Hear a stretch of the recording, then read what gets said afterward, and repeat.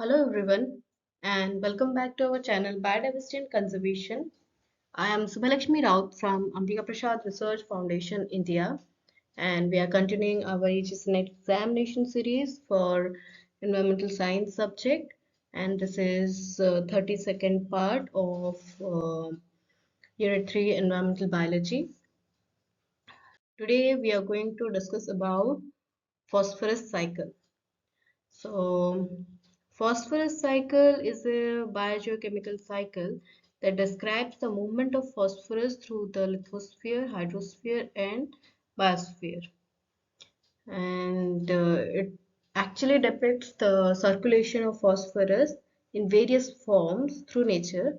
And of all the elements recycled in biosphere, phosphorus is the scarcest and therefore it is the most limiting element in any given ecological system, and it is indispensable to life because it's intimately involved in energy transfer and in the passage of genetic information in the deoxyribonucleic acid, that is DNA of all cells. As you know, phosphorus is a component of DNA formation. It forms the backbone of DNA also, sugar phosphate bond. Most of the phosphorus on Earth is tied up in rock and sedimentary deposits, from which it is released into the atmosphere by weathering, leaching, and mining. Some of it passes through freshwater and terrestrial ecosystems via plants, grazers, predators, and parasites to be returned to the same ecosystem by death and decay. And much of it is deposited in the sea, where it circulates in the ocean depths and wells up at the bottom occasionally. And the phosphorus is brought back to the land through fish harvest and through the collection of guano deposited by seabirds. Although there are seasonal pulses of availability, there appears to be a steady loss of phosphorus to the ocean depths. And because of its high reactivity, phosphorus exists in combined form with other elements, and microorganisms produce acids that form soluble phosphate from insoluble phosphorus compounds, and the phosphates are utilized by algae and terrestrial green plants, which in turn pass into the bodies of animal consumers. Upon death and decay of organisms, phosphates are released for recycling, and because of the steady diversion of phosphorus into the oceans, the elements must be added to soils to maintain the fertility and agricultural productivity. And unlike many other biogeochemical cycles, the atmosphere does not play a significant role in the movement of phosphorus, because phosphorus and phosphorus-based compounds are usually solids at typical ranges of temperature and pressure, and they are found on Earth's surface mostly. And the production of phosphine gas, which um, only occurs in specialized and local conditions. Therefore, the phosphorus cycle should be viewed from the whole Earth system, and then specifically focused on the cycle in terrestrial and aquatic systems only. And now we will discuss about what is the importance of sulfur in our day-to-day life, in our life. Like living organisms, they require phosphorus because it is a vital component of DNA, RNA, ATP, etc. And we require it for our proper functioning of different organs. Plants assimilate phosphorus as phosphate and incorporate it into organic compounds, and in animals, phosphorus is a key component of bones, teeth, etc. On the land, phosphorus gradually becomes less available to plants over thousands of years because it's slowly lost in the runoffs. And the low concentration of phosphorus in soils reduce the plant growth and slow the soil microbial growth also. And the soil microorganisms that uh, usually act as both sinks and sources of available phosphorus in the biogeochemical cycle, they are also hampered because of the low concentration of phosphorus in the soils. The short-term transformation of phosphorus is chemical, biological, or microbiological process, but the long-term cycle is actually the major transfer is driven by the tectonic movement over geologic time, and the humans have caused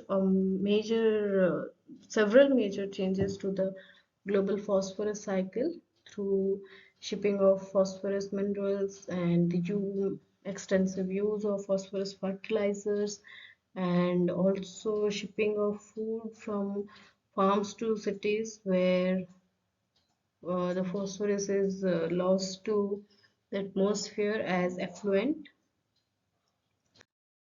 Now, uh, what actually phosphorus does in our environment? Uh, First one is the ecological function. Here, the phosphorus is an essential nutrient for plants and animals. It is a limiting nutrient for aquatic organisms, and phosphorus forms uh, or takes part in important life-sustaining molecules formation, and that are very common in the biosphere, like DNA, RNA, all that thing. And phosphorus does enter the atmosphere in very small amounts when the dust is dissolved in rainwater, and uh, they remain mostly on land and in rock and soil minerals. 80% of the mined phosphorus is used to make fertilizers, and the phosphates from fertilizers, sewage, and detergents can cause pollution in lakes and streams.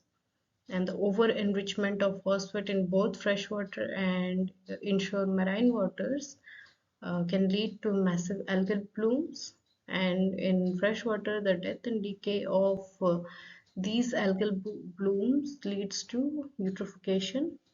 And as you know, eutrophication is the magnification of the nutrition in a particular lake or uh, any standing um, waters.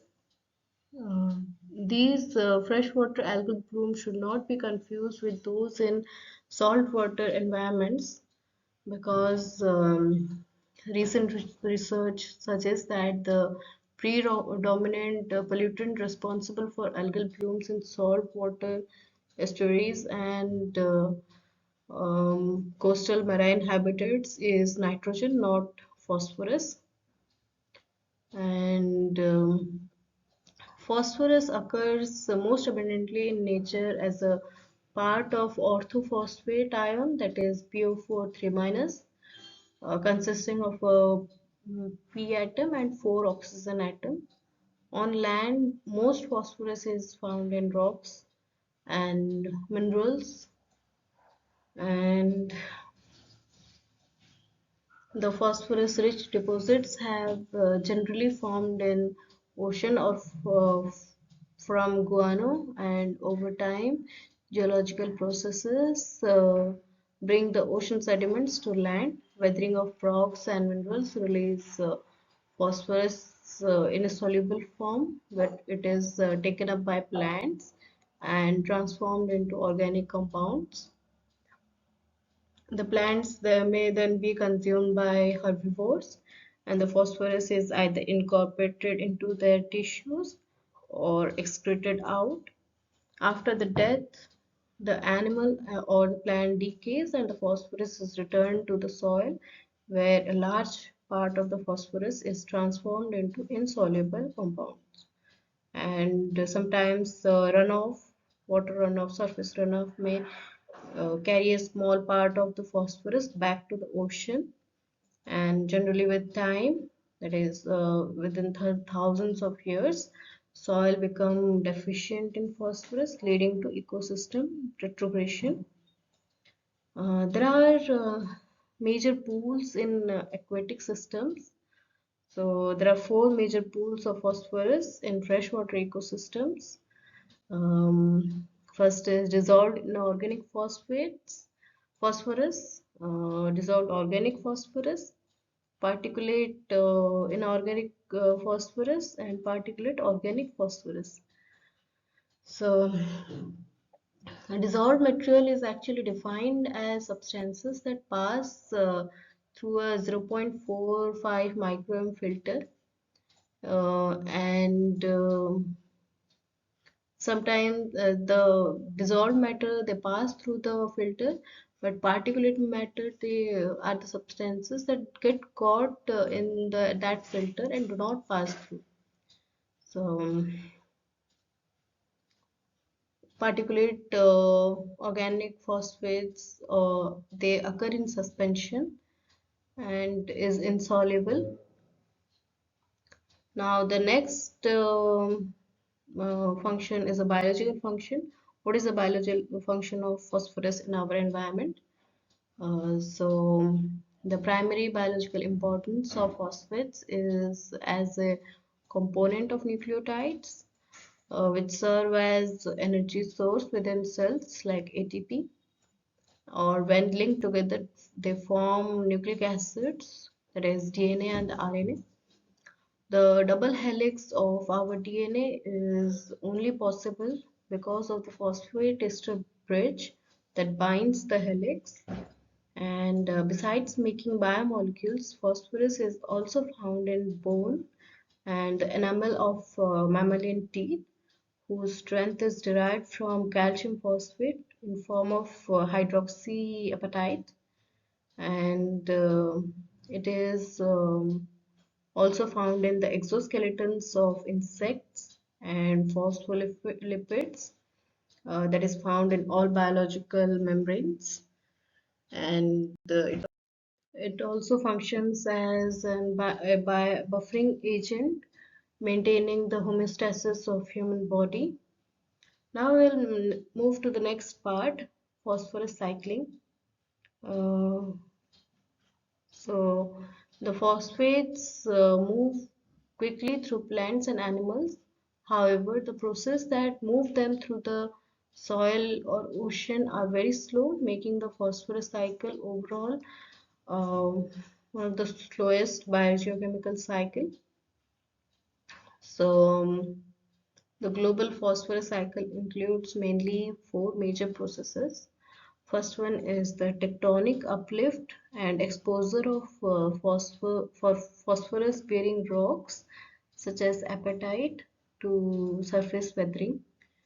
Next is the physical erosion and chemical and biological weathering of phosphorus bearing rocks to provide dissolved and particulate phosphorus to soils, lakes, and rivers. Riverine and subsurface transportation of phosphorus to various lakes and runoff to the ocean. Fourth process is the sedimentation of particulate phosphorus. Example, the phosphorus associated with organic matter and oxide and carbonate minerals, and eventually burial of these particulate phosphorus in marine sediments, and um, they can also be buried in lakes and rivers also. In terrestrial systems, the available phosphorus that is reactive mainly comes from the weathering of phosphorus containing rocks. and the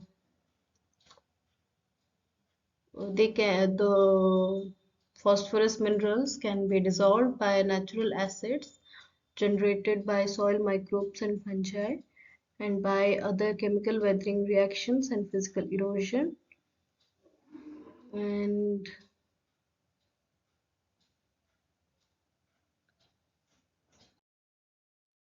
now we will discuss about what are the human impact of um,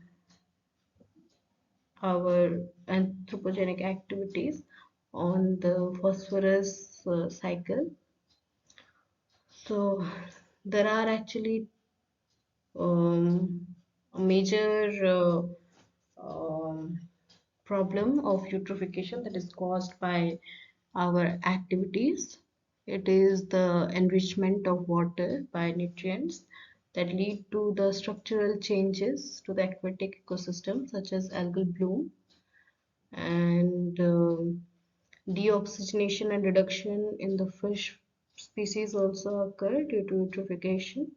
The primary source that contributes to eutrophication is considered as nitrogen and phosphorus. When these two elements exceed the capacity of water, eutrophication occurs, and the phosphorus that enters lakes will accumulate in the sediments and the biosphere. It also can be recycled from the sediments and the water system. The drainage water from agricultural land also carries phosphorus and nitrogen. Since a large amount of phosphorus is in the soil content, so the overuse of fertilizers and over enrichment with nutrients will lead to increasing the amount of phosphorus concentration in agricultural runoff. When the eroded soil enters the lake, both phosphorus and nitrogen in soil contribute to eutrophication, and erosion caused by deforestation will also result from uncontrolled planning and urbanization. And in wetland ecosystem, wetlands are frequently applied to solve the issue of eutrophication. The nitrate is transformed in wetlands to free nitrogen and discharged to the air. The phosphorus is absorbed by wetland soils, which are taken up by the plants. Therefore, wetlands could help to reduce the concentration of nitrogen and phosphorus and solve the issue of eutrophication. However, wetland soils can only hold a limited amount of phosphorus. So to remove the phosphorus continually, it is necessary to add more new soils within the wetland from the remnant plant stems, leaves, root debris, and undecomposable parts of dead algae, bacteria, fungi, and invertebrates. So this is the picture of phosphorus cycle where it shows the process how the phosphorus runs through the different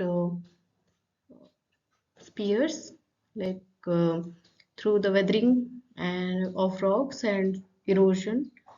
The phosphorus gets into the water reservoirs, that is from the breakdown of the sedimentary rocks. It gets assimilated by the plants and animals, and after that death of plants and animals, and also through the excretion from animals, they get back into soil, and through the surface leaking and precipitation or surface runoff, again the phosphorus gets back to the sea and become deep sea sediments. After mineralization and tectonic movements, after millions of years, they are converted back into sedimentary rocks. And when the and due to the natural processes of tectonic movements or earthquakes, etc., again the sedimentary rocks get exposed to the um land terrestrial ecosystem, and through the process of weathering and erosion, the cycle of phosphorus continues, and we get phosphorus for our daily need. So this is all from me today. Thank you.